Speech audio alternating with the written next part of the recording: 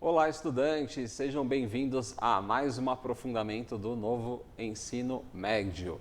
Eu sou o professor Kleber e hoje a gente vai falar sobre a nossa sistematização parte 1, tá? Qual o aprofundamento? As narrativas históricas e a sua produção material e imaterial. Nós estamos na nossa atividade 2 e a gente vai para a nossa sistematização 1. Hoje eu estarei com a Cauane e com a Kátia aqui na Libras para me ajudar, beleza? Então, na nossa sistematização, o que a gente vai ver? A gente vai fazer um reforço, de todo o conteúdo que a gente aprendeu aí no decorrer das últimas aulas, tá? Então, nós tivemos 4 aulas de desenvolvimento, então agora é o momento da gente fazer esse reforço e ver aí os nossos conteúdos novamente, tá? Para vocês que estão na escola, aí sim é um momento especial, É o momento de vocês apresentarem os trabalhos de vocês, tá? Então, aqui a gente faz uma recapitulação dos conteúdos que a gente já teve. E aí, vocês apresentam os trabalhos de vocês, tá? Então, vamos lá para a nossa tela ver as nossas habilidades. Vamos lá! Vamos para as nossas habilidades. Habilidade 1.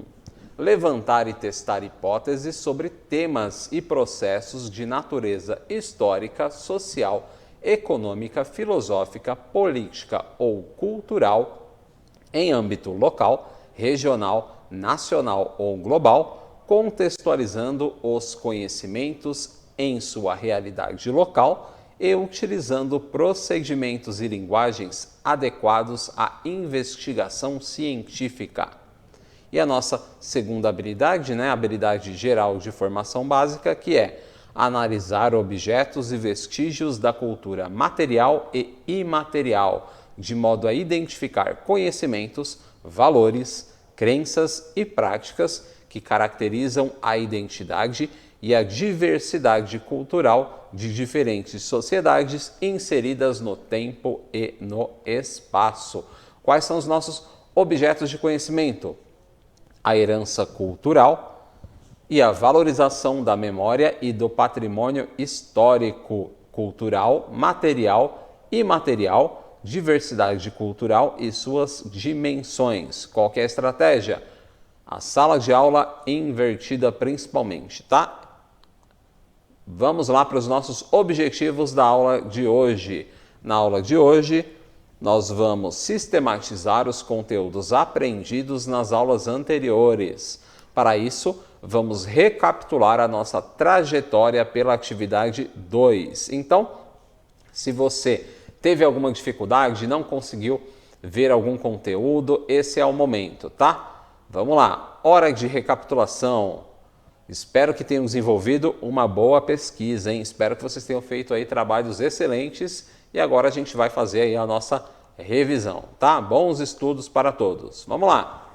Nas primeiras aulas, com a professora Janaína, vocês viram o que é um patrimônio cultural, Então vamos lá para o nosso texto na tela.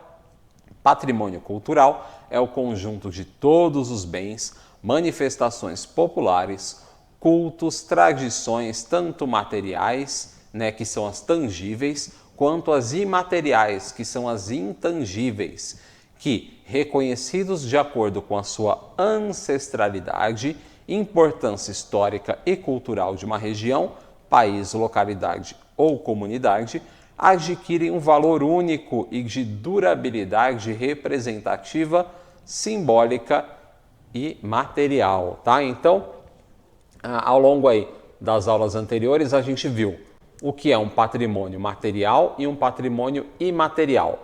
Um patrimônio material, ele também é chamado de um patrimônio tangível, tá?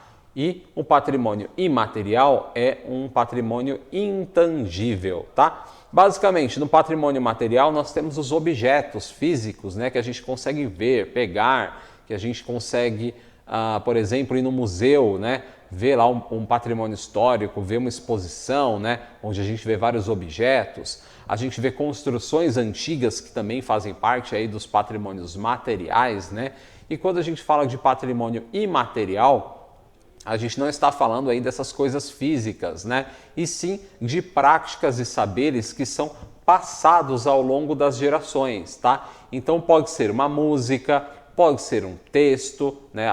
Uma literatura, né? Fazer parte da literatura.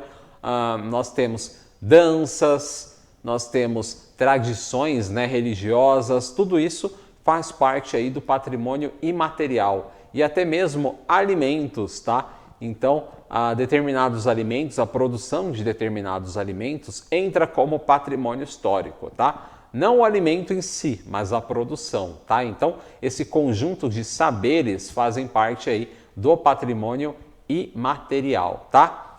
E como é que a gente registra tudo isso, né? Vamos dar uma olhadinha na nossa tela, vamos lá.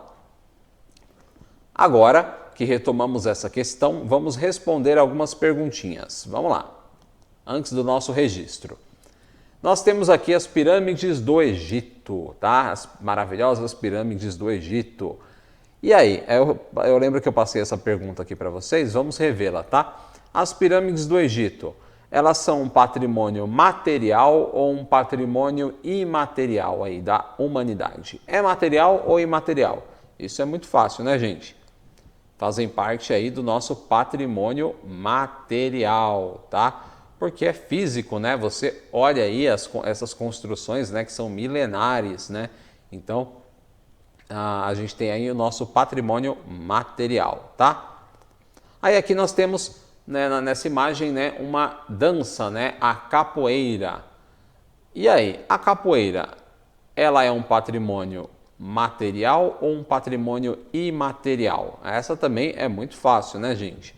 Ela é um patrimônio imaterial, né? Por quê? Porque é uma tradição que você vai passando para frente, de geração em geração, né? A gente não vai pegar essas pessoas e preservar elas no museu, isso, né, não é possível, né? Então, o que a gente vai fazer? A gente vai preservar essa celebração passando ela para frente, ensinando outras pessoas, tá? E a capoeira faz parte aí do nosso patrimônio imaterial brasileiro. Nós temos aqui uma baiana servindo um acarajé. E aí, o acarajé, que é uma comida típica da Bahia, é um patrimônio material ou imaterial? Olha só, hein? Então a gente tem aqui o alimento. O alimento você consegue pegar, né? Sentir. E agora, isso é material ou imaterial? Se a gente parar para analisar, né, parece material, mas é imaterial, porque você não vai preservar o acarajé que ela está segurando, né? Você vai se alimentar com ele. O que você vai preservar aí para o futuro é a prática de fazer o acarajé, tá? Então, você vai preservar aí os saberes, né? Você vai preservar a receita e você vai passar para frente para as próximas gerações aprenderem a fazer aí um acarajé. Bem, quem é que vai fazer os registros aí desse patrimônio material e imaterial brasileiro? É o IPHAN, tá? Então, o Instituto do Patrimônio Histórico e Artístico Nacional é uma autarquia, né? Uma autarquia federal, né, do governo do Brasil. Foi criado aí em 1937 e está vinculado ao Ministério do Turismo, tá? E é responsável pela preservação e divulgação do patrimônio material e imaterial do país. Ele tem a função de defender e favorecer os bens culturais do país. Olha só que interessante.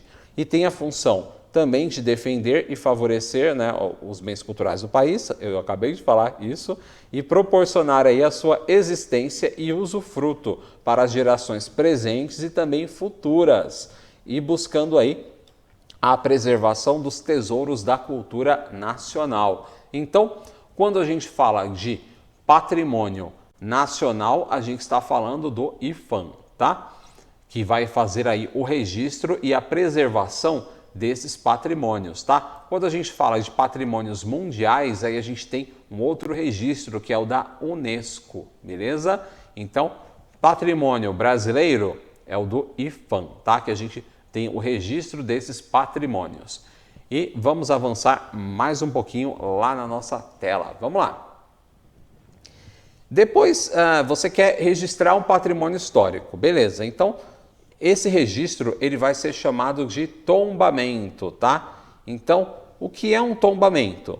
O tombamento é o ato de reconhecimento do valor histórico, artístico ou cultural de um bem, transformando-o em patrimônio oficial público e instituindo um regime jurídico especial de propriedade, levando em conta a sua função social e preservando a cédula de identidade de uma comunidade, e assim garantir o respeito à memória do local e a manutenção da qualidade de vida.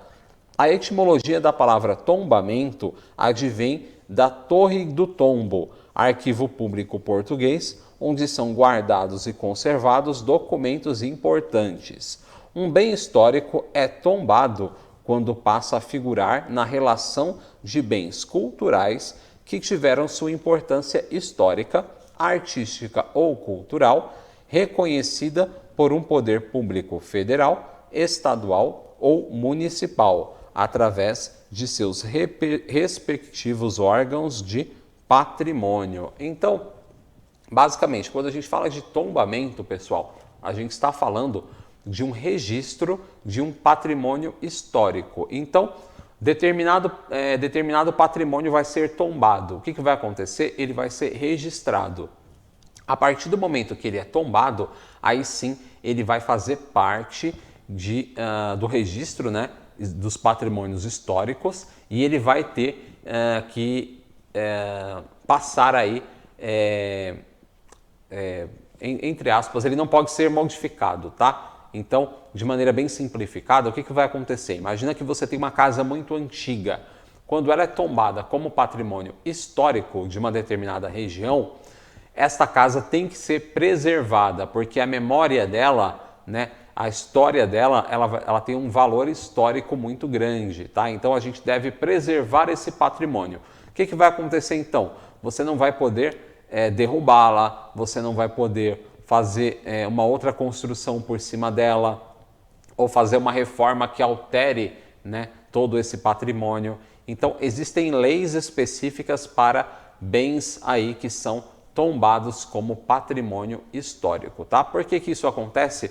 Porque você precisa preservar a memória, né, desses itens, né, tão importantes aí para a história dos locais, tá? Então vamos avançar na tela mais uma vez.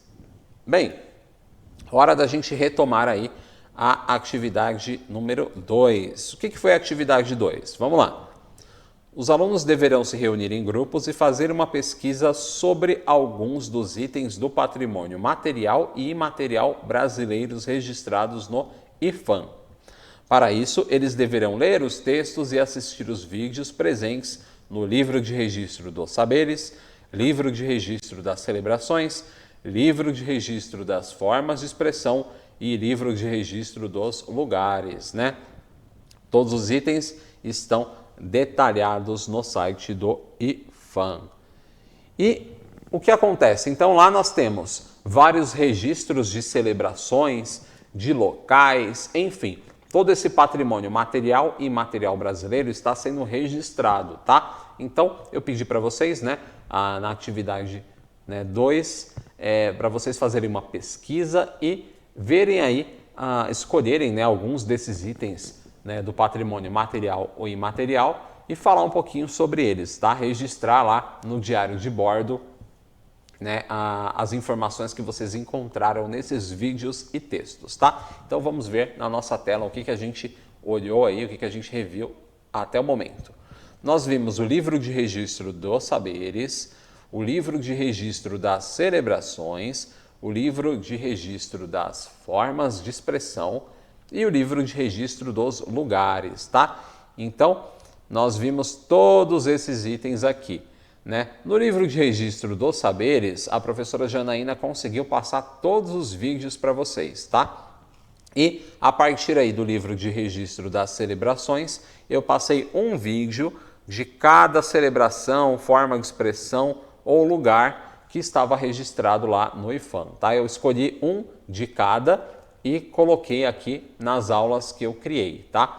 Então, logicamente, não deu para trabalhar todos esses conteúdos, tá? E na nossa revisão também não vai dar tempo de falar sobre todos eles, por isso que eu escolhi os que eu achei mais interessantes, né? Que eu trabalhei aqui, para a gente retomar um pouquinho o conhecimento sobre eles, tá? Então vamos lá na nossa tela, vamos lá. Bem, eu escolhi, né, o complexo cultural do Bumba Meu Boi do Maranhão, tá? Para a aula de hoje, né, a gente viu, né, a história do Bumba Meu Boi, que foi bem interessante. A gente descobriu que nós temos diversas celebrações do Bumba Meu Boi no nosso país, né? Não é só uma celebração, são diversas e elas são diferentes. Então, no nosso livro de registro das celebrações, né, aqui no nosso diário de bordo, eu coloquei ali na tela que está escrito Complexo Cultural do Bumba Meu Boi do Maranhão. Então a gente vai falar da celebração do Bumba Meu Boi no estado do Maranhão. Qual que é o local? Maranhão. E qual que é a técnica ou saber que está sendo salvaguardado, tá? É a celebração do Bumba Meu Boi do Maranhão. Isso aqui é um patrimônio imaterial, tá? Porque é uma celebração. E qual que é o contexto histórico? Qual que é a história do complexo cultural do Bumba Meu Boi do Maranhão? Vamos lá. Isso aqui eu acabei de responder para vocês. Vamos lá para o nosso contexto histórico. O Bumba Meu Boi do Maranhão é um folguedo. Folguedo, pessoal, é uma celebração, tá? É uma forma de você falar uma celebração, tá? Então é um folguedo típico da cidade brasileira de São Luís, a capital do interior aí do estado, tá? É uma tradição que se mantém desde o século XVIII e arrasta maranhenses e visitantes por todos os cantos da capital e do interior do estado nos meses de junho e julho. É uma festa popular para crianças, adultos e idosos, em que os grupos se espalham desde as periferias até os arraiais do centro e dos shoppings da ilha. Na parte nova ou antiga da cidade, grupos de todo o estado se reúnem em diversos arraiais para brincar até a madrugada. E em dezembro de 2019, o Bumba Meu Boi do Maranhão foi declarado Patrimônio Cultural Imaterial da Humanidade pela Unesco. Olha só que interessante, ele está registrado no IPHAN, né, como patrimônio brasileiro, né, mas também está registrado na Unesco como um patrimônio mundial, tá? Um patrimônio de valor histórico mundial. O enredo da festa do Bumba Meu Boi resgata uma história típica das relações sociais e econômicas da região durante o período colonial, marcadas pela monocultura, criação extensiva de gado e escravidão, mesclando a cultura europeia, africana e indígena, tá? Então, eu escolhi essa celebração justamente porque a gente tem aí um sincretismo de culturas, né? Nós temos uma celebração que mistura a cultura cristã, a cultura indígena e a cultura africana, tá? Então isso é bem legal, tá? Então vamos avançar para a gente ver a história do Bumba Meu Boi do Maranhão. Vamos lá para a nossa tela. Vamos nos aprofundar um pouco mais. Qual que é a história do Bumba Meu Boi do Maranhão? Bem, um escravizado chamado Pai Francisco resolve matar um boi para satisfazer um desejo de sua esposa que estava grávida. Ela se chamava Catirina ou Catarina e tinha vontade de comer a língua do boi. O problema é que o boi era do dono da fazenda e este, ao descobrir que seu animal foi morto, saiu à procura do culpado. Ao descobrir o ocorrido, ele obriga o Pai Francisco a trazer o boi de volta à vida. Olha só que bizarro, hein? Vamos lá, avançando mais um pouquinho. O Pai Francisco e a sua esposa pedem ajuda de pajés e curandeiros para fazer um ritual. Ao final do ritual, o boi ressuscita e o dono da fazenda, maravilhado com o ocorrido, promove uma festa. A história possui elementos das culturas indígena, africana e cristã. ela representa o ciclo da vida, da morte e da ressurreição tão presentes no sincretismo existente no Brasil. Então, olha que interessante, né? Quando o Pai Francisco, que é um negro, né, ele pede ajuda de pajés e curandeiros, então ele está falando da cultura indígena e da cultura africana, tá? E o processo de ressurreição, né, desse boi, ele vai misturar aí os elementos da cultura cristã. Por quê? Lembram que no vídeo que eu passei para vocês, a festa ela é dividida em algumas etapas, né? Então, na primeira parte da etapa, o boi ele é criado, né? Então, o artesão vai lá, monta o boi, né? Faz toda a estrutura física, né, desse boi que vai para a celebração. Então, ele nasce. Depois que ele nasceu, ele passa por um batismo, né? É uma parte da celebração onde o boi ele é batizado, tá? Então, entra aí uma cultura cristã.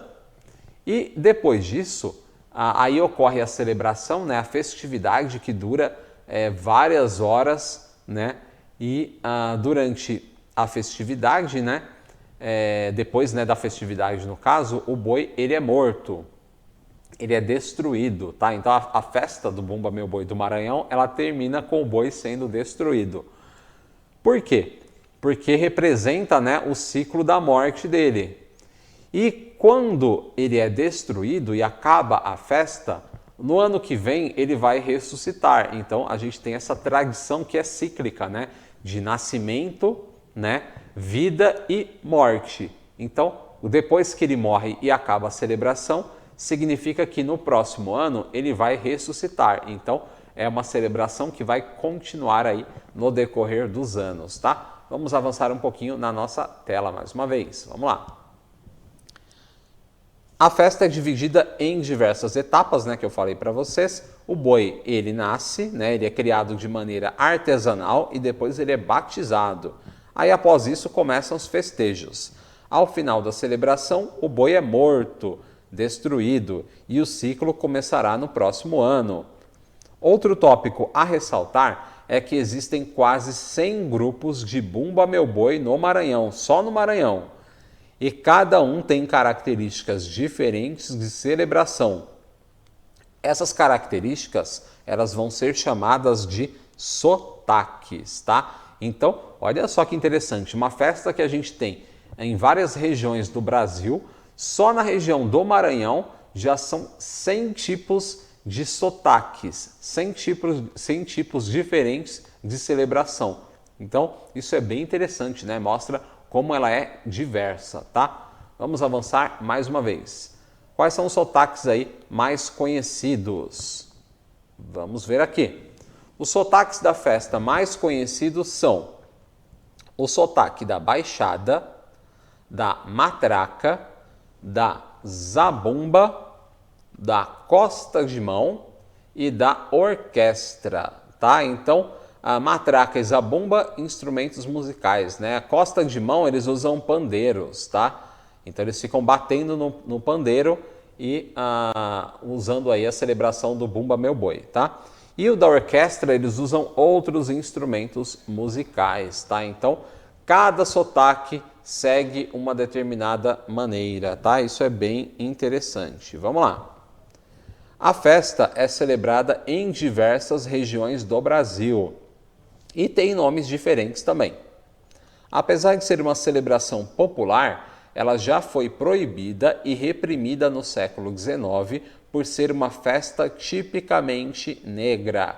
Então, como o racismo no Brasil, né, infelizmente, é uma coisa, né, muito grande e que vem lá de trás, né, lá de muito tempo atrás, no século XIX, a festa já chegou a ser proibida, tá? Porque era uma celebração de pessoas negras, tá? Olha que absurdo, né?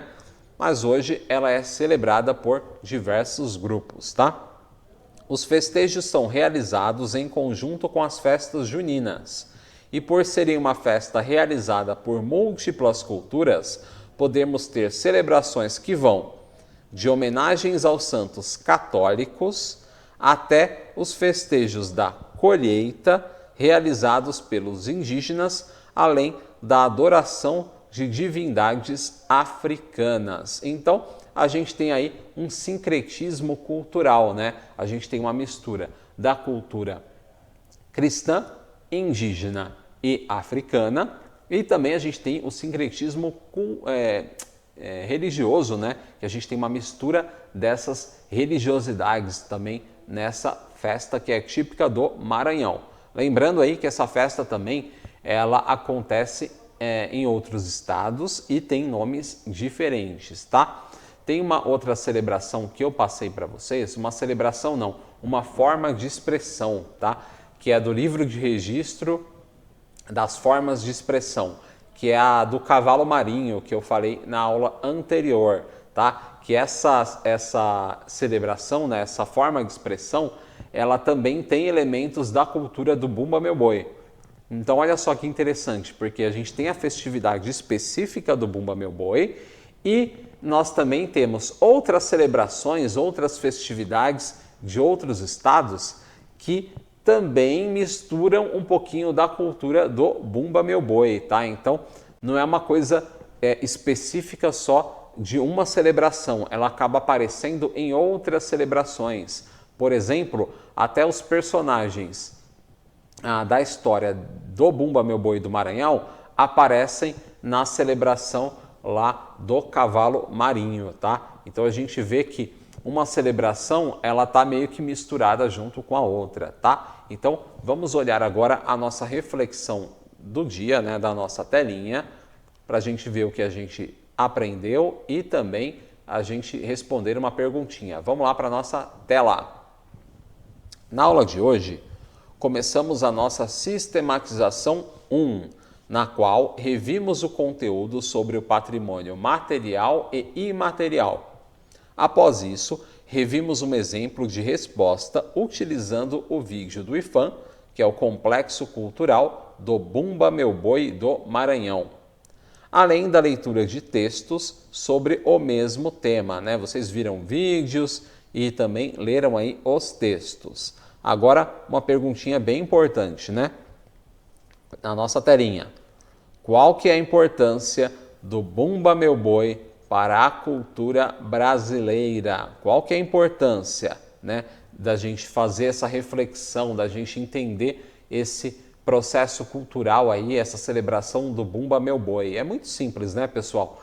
É uma celebração muito importante porque ela mostra as relações que aconteciam no Brasil, né, entre os escravizados, entre os homens brancos, entre os indígenas, entre os cristãos, né? Então é uma celebração que ela mescla várias culturas diferentes, tá?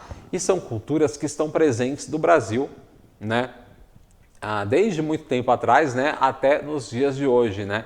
Então nós temos essa mistura de celebrações que representam um pouquinho aí de cada grupo que está presente no nosso país. Beleza? Então, basicamente é isso por hoje. Na nossa próxima aula, nós vamos ter a nossa sistematização parte 2 para rever aí os conteúdos, né, da segunda parte aí das nossas aulas. Eu espero que vocês tenham gostado. Eu já deixo aqui o meu agradecimento ao pessoal de Libras que sempre está me ajudando, o pessoal da produção. Não deixem de avaliar o nosso conteúdo. Se possível, comente, fala o que você está aprendendo, quais são as dificuldades que você tem. Enfim, faça elogios também, né, para a gente sempre fazer aí um trabalho melhor para vocês, tá? Eu já deixo meu abraço para vocês, se cuidem e até a próxima, pessoal. Tchau, tchau!